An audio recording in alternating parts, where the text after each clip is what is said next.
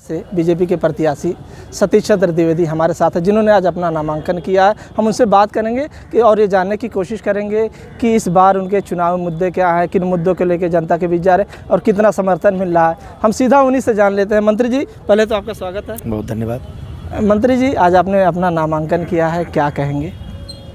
देखिए, आज जब मैं नामांकन कर रहा हूँ दूसरी बार, भारतीय जनता पार्टी ने, हमारे केंद्रीय और प्रदेश नेतृत्व ने, आदरणीय मोदी जी, योगी जी ने जो विश्वास व्यक्त किया है, तो मैं प्रसन्न हूं कि पार्टी ने मुझे भरोसा व्यक्त किया उस महत्वपूर्ण सीट पर चुनाव लड़ाने के लिए।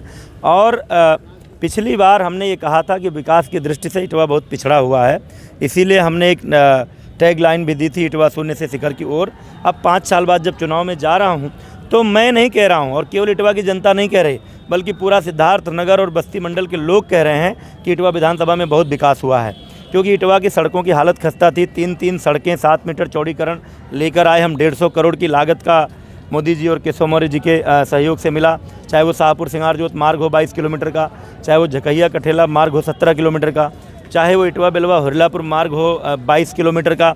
और हमारे क्षेत्र में 50 सड़कें नई बन चुकी हैं, दर्जनों नई सड़कें अभी निर्माणाधीन हैं। एक तमाम ऐसे गांव थे जो आज़ादी के बाद अभी पक्की सड़कों से नहीं जुड़े थे, वो सड़कें पक्की सड़कों से वो गांव जुड़ रहे हैं। विधायक निधि और पूर्वांचल निधि और जिला पंचायत के माध्यम से भी तमाम सड़कें हमने बनाने की कोशिश की हैं।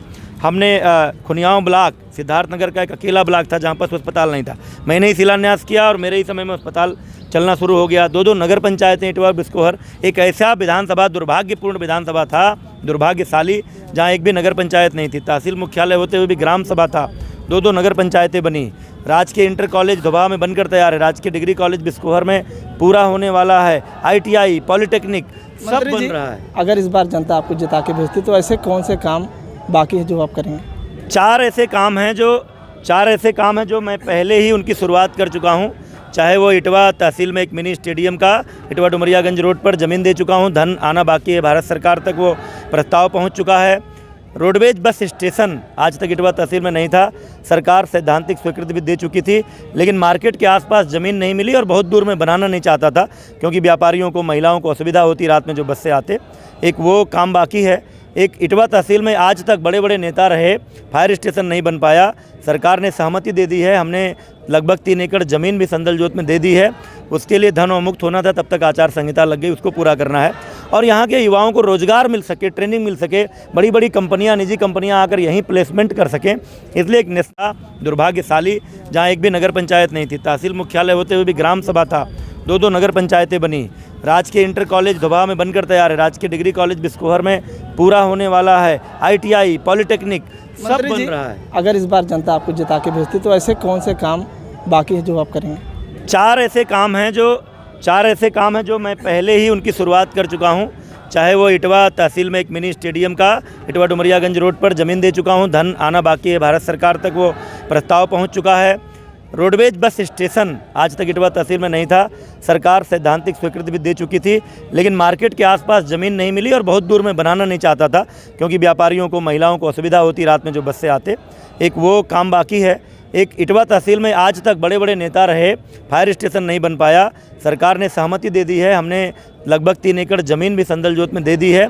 उसके लिए धन अवमुक्त होना था, तब तक आचार संहिता लग गई, उसको पूरा करना है।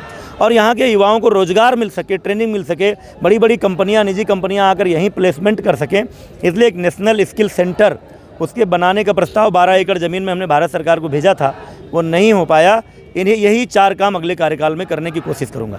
मंत्री जी, एक आखिरी सवाल। सिद्धार्थनगर जिले से प्रदेश सरकार में 2 मंत्री है। सिद्धार्थनगर जिला आज भी आकांक्षी जिलों में, तो सर इसको आकांक्षी जिलों से उभारने के लिए आप लोगों ने क्या किया है? नहीं, देखिए, मोदी सरकार ने सरकार में आने के बाद मोदी जी ने उत्तर प्रदेश, पूरे देश के 115 जिलों को चिन्हित किया था। उसमें उत्तर प्रदेश के 8 जिले थे और अब बीच बीच में जो रिपोर्ट आ रही है, अभी किसी भी जिले को आकांक्षी जनपद की सूची से बाहर नहीं किया गया है, लेकिन जो लगातार रिपोर्ट आती है उसमें सिद्धार्थनगर शिक्षा और स्वास्थ्य के क्षेत्र में अच्छा कर रहा है। और मुझे पूरा विश्वास है जब भारत सरकार और नीति आयोग समीक्षा करेंगे, जब भी, और 2, 4, 5 जिलों को भी अगर आकांक्षी जनपद की सूची से बाहर करेंगे तो उसमें से एक सिद्धार्थनगर अवश्य होगा। मंत्री जी, आखिरी सवाल। आप ब्राह्मण हैं, समाजवादी पार्टी के भी जो प्रत्याशी ब्राह्मण हैं, ब्राह्मणों का आपको कितना सहयोग मिल रहा है? क्या अपनी जीत को लेकर क्या कहेंगे? 2017 का परिणाम बता चुका है कि इटवा विधानसभा क्षेत्र का जिसकी आप बात कर रहे हैं ब्राह्मण, वो किसके साथ था। जब एक व्यक्ति सिंहासन पर बैठा था और दूसरा किसान का बेटा, अध्यापक बेटा ज़मीन पर खड़ा था, तब लोगों ने अपना फैसला सुना दिया था। तो आज तो 5 साल मैंने जो इटवा के विकास के लिए काम किया है, मेरी केंद्र की भारतीय जनता पार्टी की मोदी सरकार ने जो काम किया है, प्रदेश की भारतीय जनता पार्टी की योगी सरकार ने काम किया, आज तो ये उपलब्धियाँ लेकर जनता के बीच जा रहा हूँ, तो निश्चित रूप से पहले से ज़्यादा समर्थन इस बार मिलेगा।